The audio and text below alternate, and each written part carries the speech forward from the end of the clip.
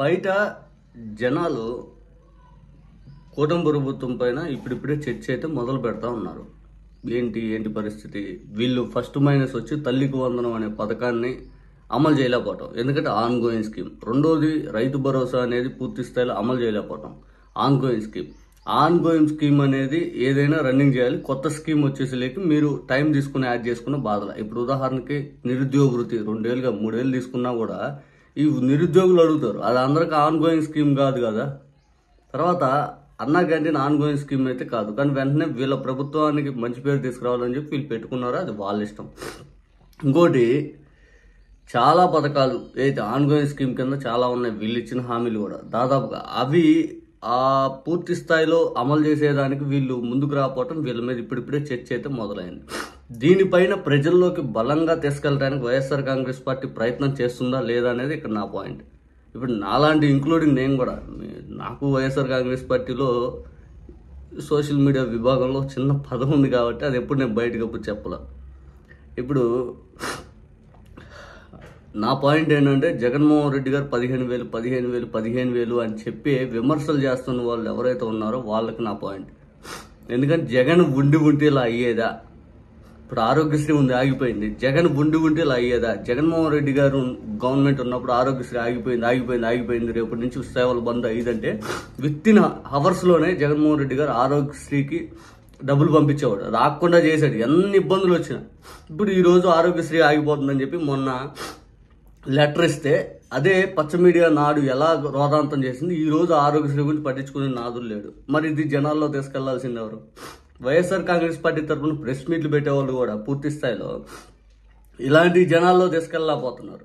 మిగిలిన చంద్రబాబు నాయుడు గారు అమలు చేయలేదు, ఈ పాయింట్ మనం చేయగలుగుతాం రా బాబాయ్. ఈ పాయింట్ జనాలే చూసుకుంటారు, చంద్రబాబు నాయుడు గారు అమలు చేయలేదని. జగన్ ఉంటే ఇలా ఉండేది, జగన్ ఉంటే ఇలా జరిగేది, జగన్ ఉంటే ఇలా చేసేవాళ్ళు, ఇలాంటివి చెప్పుకుందాం. బికాజ్ ఎందుకంటే మనకు అత్యంత కీలకం జగన్మోహన్ రెడ్డి గారు చేసిన మంచి జనాల్లో ఉంది. జగన్మోహన్ రెడ్డి గారు ఉద్యోగులు మోసం చేశారు అంటారు, ఓపీఎస్ని తీసి సిపిఎస్ రద్దు చేస్తాను, లేకపోతే ఇంకోటి చేస్తాను అన్నా కూడా మనం జీపీఎస్ అనేది తీసుకొచ్చాం కదా. దాని మెరుగైన దాన్ని ఏదైనా నెక్స్ట్ మా గవర్నమెంట్ వస్తే చేయగలుగుతాం. బికాజ్ ఎందుకంటే మాకు కరోనా అడ్డు వచ్చింది, మిమ్మల్ని ఏదైనా ఇబ్బంది పెట్టుంటాం, ఇట్లాంటి చెప్పుకుంటూ ముందుకెళ్దాం. జగన్ ఉంటే ఈరోజు రైతు భరోసా వచ్చేది, జగన్ ఉంటే అమ్మఒడి వచ్చేది, జగన్ ఉంటే పూర్తి స్థాయిలో మీకు క్యాలెండర్ ఇచ్చి మరి మేము అమలు చేసేవాళ్ళం. ఇటువంటి మనం చెప్పుకోవాలి, ఇటువంటి మనం ఇంకా బలంగా జనాల్లో తీసుకోవాలి. ఇలాంటి కాకుండా చంద్రబాబు నాయుడు గారిది ఆ చుట్టూ తిప్పుతుంటే నిజంగా బాధ కలుగుతుంది. జగన్మోహన్ రెడ్డి గారు కరెక్ట్గా ఇది 15,000 జనాల్లో తీసుకెళ్లే ప్రయత్నం చేస్తున్నాడు. వాళ్ళ క్యాడర్ కూడా మన క్యాడర్ కూడా ఎందుకు తీసుకెళ్ళకపోతున్నారు, అది నాకు ఇక్కడ పాయింట్. ఎందుకంటే మనం చంద్రబాబు నాయుడు గారిని విమర్శించేదానికంటే కూడా విమర్శ అనేది జనాలకు అర్థమైపోయింది, చంద్రబాబు నాయుడు గారు ఏమి చేయలేరని. కానీ జగన్మోహన్ రెడ్డి గారు ఉంటే రాజశేఖర రెడ్డి గారిని పెంచింది జగన్మోహన్ రెడ్డి గారు. ఎలా అంటే ఇలాగే చనిపోయిన తర్వాత రాజశేఖర రెడ్డి గారు చాలా రెట్లు పెరిగింది. ఎందుకంటే లబ్ డబ్ గుండె డబ్ అని వైఎస్ఆర్ అని కొట్టుకుంటుంది. ఆరోగ్యశ్రీ ఆయన తీసుకొచ్చాడు, ఈ రోజు ఏంటి పరిస్థితి? 108 ఆయన తీసుకొచ్చాడు, ఈ రోజు ఏంటి పరిస్థితి? ఫీజు రింబర్స్మెంట్ ఆయన తీసుకొచ్చాడు, ఈ రోజు ఏంటి పరిస్థితి? పార్టీ చుట్టూ కూడా లోగో కానీ ఇవన్నీ రాజశేఖర రెడ్డి గారి సంక్షేమ పథకాలే. ఇవన్నీ జనాల్లో ఖచ్చితంగా తీసుకెళ్ళింది జగన్మోహన్ రెడ్డి గారు. ఇప్పుడు జగన్మోహన్ రెడ్డి గారికి మనం చేయాల్సిన మంచి ఏంటంటే, ఆయన చేసిన పథకాలు మంచి జనాల్లో ఉంది. రాజశేఖర రెడ్డి గారు ఎలా అయితే చేశారో ఈయన కూడా అలాగే చేసి మంచి పథకాలు జనాల్లో ఉన్నాయి. అవి జనాల్లో తీసుకెళ్లాల్సిన బాధ్యత మాది. మేము ఉంటే ఇలా అయ్యేదా